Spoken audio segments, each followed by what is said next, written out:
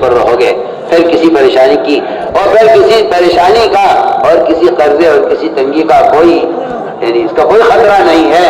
अगर तुम मस्जिद को आबाद रखते हो अमाल से, तो फिर तुम जब तक ये करते रहोगे खैर पर रहोगे। मेरा अजीज दोस्तों, मैं ये कहना चाहता हूं कि हर मुसलमान के जिम्मे है मस्जिद को वक्त देना, या नमाज के लिए, या इल्म हासिल करने के लिए, या कुरान सीखने के लिए, या इल्म के हल्का में बैठकर मसाइल मालूम करने के लिए, या ईमान के हल्का में बैठकर अपने ईमान को ताज़ा करने के लिए हर मुसलमान की जरूरत है मस्जिद को वक्त देना।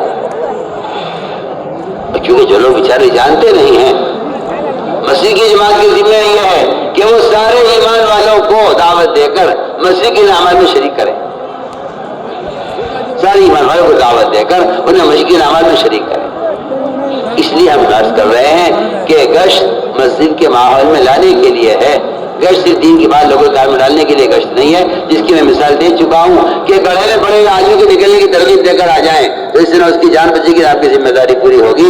आप उसको गढ़े से निकालने हाथ पकड़कर तो कहा जाएगा कि आपने इसकी जान बचाई है, और कहा जाएगा कि आपकी जिम्मेदारी पूरी हो गई।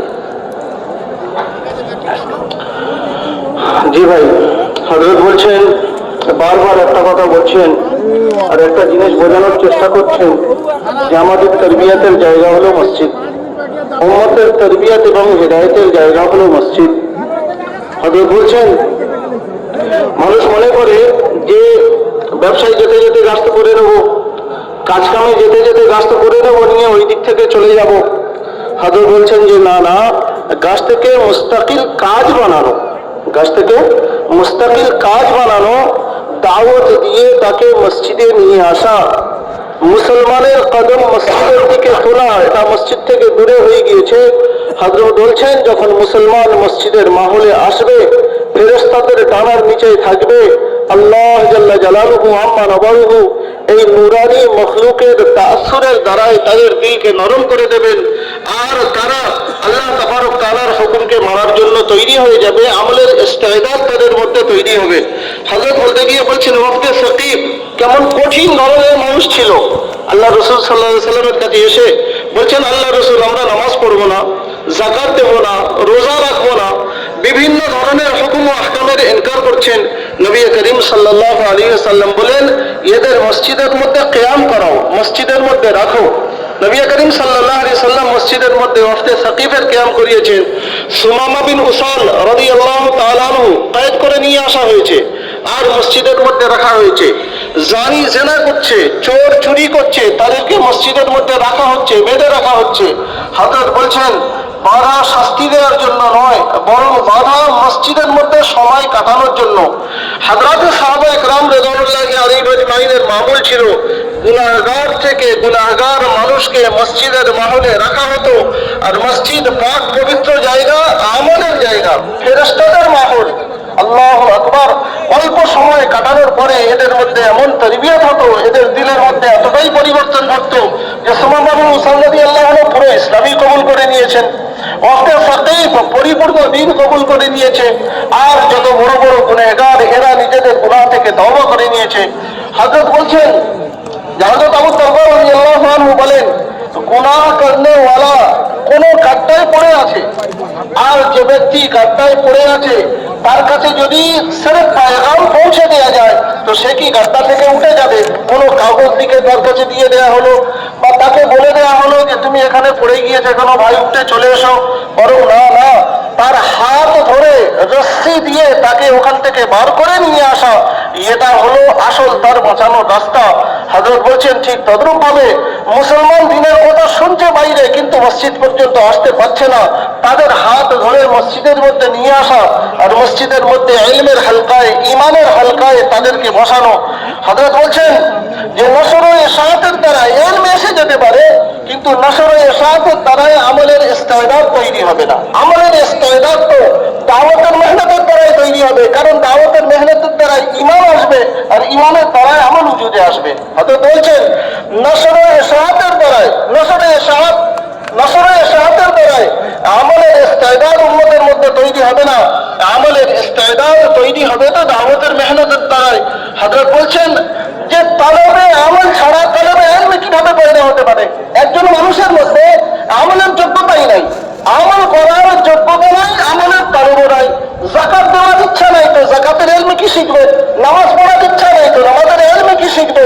সেই জন্য হযরত বলছেন যে দাওয়াতের মেহনতের আদিম মকসদ হচ্ছে সব থেকে প্রথম আমলের ইস্তেদাদ তৈরি করা। যখন আমলের ইস্তেদাদ তৈরি হয়ে যাবে তো ফের তারপরে তার ইলম। হযরত সাহাবায়ে কেরাম রাদিয়াল্লাহু আলাইহিম আজমাইনের উপরে আল্লাহ রাসূলের মেহনতের তরতিবেই এটা ছিল, নুজুলে শরীয়তের তরতিবেই এটা ছিল। আহকামাত পড়ে আসছে, আগে তাদের মধ্যে আমলের ইস্তেদাদ তৈরি করা হয়েছে। লম্বা জমানা পর্যন্ত আমলের ইস্তেদাদ তৈরি করা হয়েছে। যখন দাওয়াতের মেহনত করা হবে তখন মেরে মুহতারাম বুজুর্গ দোস্ত, দাওয়াতের মেহনতের দ্বারাই তাদের মধ্যে আমলের ইস্তেদাদ তৈরি করতে হবে।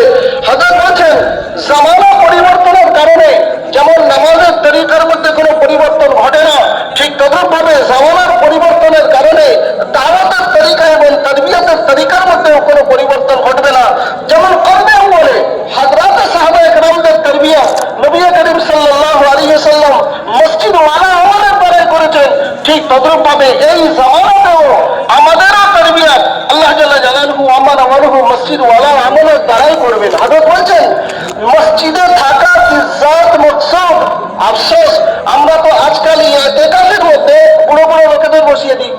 হালাতে ইতিকাফ একটা আদিমশান আমল, যে আমলের দ্বারাই নিজেকে মসজিদের মাহলে রেখে নিজের দিলকে নরম করে আমলের ইস্তেদাদ তৈরি করা।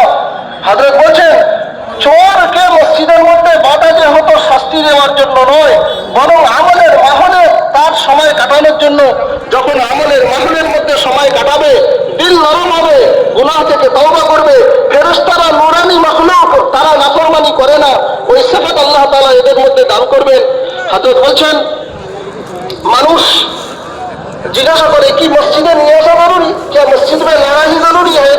হযরত বলছেন যদি গভীরভাবে চিন্তা করা যায় তো এই প্রশ্ন তো হতেই পারে না। হযরত বলছেন মসজিদের বাইরে যদি তুমি কথা পৌঁছে দাও তো হেদায়েতের কোনো ওয়াদা নাই, কিন্তু আল্লাহ জাল্লা জালালুহু আম্মা ওয়ালুহু মসজিদের ভিতরের মাহলে, মসজিদের ভিতরের আমলে, মসজিদের তামিরের আমলের দ্বারাই আল্লাহ তাআলা হেদায়েতের ওয়াদা করেছেন। ইন্নামা ইয়ামুরু মাসাজিদাল্লাহি মান আমানা বিল্লাহি ওয়াল ইয়াউমিল আখির। আর তারপরে আগে কি আল্লাহ বলেছেন ফা আসা উলাইকা ইয়াকুনু মিনাল মুহতাদিন। বলেন মসজিদকে আবাদ করা প্রতিটি ঈমানওয়ালার কাজ। ঈমানওয়ালা এবং মুশরিক, মুশরিক এবং মুমিনের মধ্যে পার্থক্যই আল্লাহ তাআলা এই আয়াতের মধ্যে, এই সূরার মধ্যে বর্ণনা করেছেন যে ঈমানওয়ালা মসজিদকে আবাদ করবে আর মুশরিক মসজিদের আবাদ করবে না। মা কানাল মুশরিকুনা ইয়ামুরু মাসাজিদাল্লাহ। মুশরিকদের জন্য তো এটা হবেই না যে তারা মসজিদকে আবাদ করবে। তাহলে যে পরিমাণ মসজিদকে আবাদ করার মেহনতের মধ্যে থাকবে আল্লাহ তার মধ্যে সেই পরিমাণ হেদায়েত দেবেন, আর যে মসজিদকে আবাদ করার মেহনত থেকে যে পরিমাণ দূরে থাকবে তার মধ্যে শিরকের প্রভাব সেই পরিমাণ থাকবে। হযরত বলছেন মানুষ জিজ্ঞাসা করে মসজিদে আসা জরুরি, হালাকে মসজিদ এত পাক ও পবিত্র জায়গা। হযরত সাহাবায়ে কেরাম রাদিয়াল্লাহু আলাইহিম আজমাইনের সিরাত যদি এই নজরে পড়া হয় তো দেখবো হযরত তুফাইল বিন আমর দাওসী রাদিয়াল্লাহু আনহু বাইতুল্লাহর মধ্যে এসেছেন, কানে তুলো ঢুকিয়ে নিয়েছেন, ফয়সালা করেছেন আল্লাহ রাসূলের কথা শুনবেন না, কিন্তু মসজিদের মধ্যে পা রাখার সাথে সাথে দিলের মধ্যে খেয়াল এলো যে তুফাইল তুমি তো বড় বুঝদার মানুষ, তুমি তো বড় বুঝদার মানুষ, তুমি শেয়ারের মধ্যে আর এর মধ্যে ওর মধ্যে পার্থক্য বোঝো, তুমি কেন কানের মধ্যে তুলো দিয়ে রেখেছো? তুমি কথা শোনো, ভালো হলে কবুল করবে, তা নাহলে বাদ দেবে। হযরত তুফাইল বিন আমর দাওসী রাদিয়াল্লাহু আনহু কান থেকে তুলো খুলেছেন, আল্লাহ রাসূলের কাছে গিয়েছেন, কথা শুনেছেন, কথা শোনার পরে ইসলাম কবুল করেছেন, আর ফের আল্লাহ রাসূল সাল্লাল্লাহু আলাইহি ওয়াসাল্লামের দাওয়াত নিয়ে নিজের কওমে গিয়েছেন। 80 ঘরানাকে আল্লাহ রাসূল সাল্লাল্লাহু আলাইহি ওয়াসাল্লামের কাছে নিয়ে এসে হাজির করেছেন এই মেহনতের দ্বারাই। মসজিদে গিয়েছেন, আল্লাহ তাবারক তাআলা দিলকে নরম করেছেন। হযরত বলছেন যে আজীব কথা, তিরমিজি শরীফের রিওয়ায়াত হযরত ইয়াহইয়া আল-নবীনা আলাইহিস সালাতু ওয়াস সালামকে আল্লাহ জাল্লা জালালুহু আম্মা নাবালু ওহী করেছেন, ইয়াহইয়া তুমি নিজের কওমকে বাইতুল মাকদিসে জমা করো আর 5টা জিনিসের ইলম তাদেরকে শেখাও, 5টা জিনিসের তাদের তালিম দাও, তরবিয়ত করো। ঈমান, নামাজ, রোজা, জিকির, যাকাত। তো হযরত ইয়াহইয়া আলাইহিস সালাম কোনো কাজে ব্যস্ত হয়ে গিয়েছিলেন, একটু দেরি হয়ে গিয়েছে। এটা তো সম্ভব নয় যে একজন নবী আল্লাহ তাআলার কোনো বিধান সেটাকে মানবে না, একটু দেরি হয়ে গিয়েছে। তো হযরত ঈসা আলাইহিস সালাম বললেন, ভাই ইয়াহইয়া, আমি এই কাজটা করে দেব? তো হযরত ইয়াহইয়া আলাইহিস সালাম বললেন, না না, আল্লাহ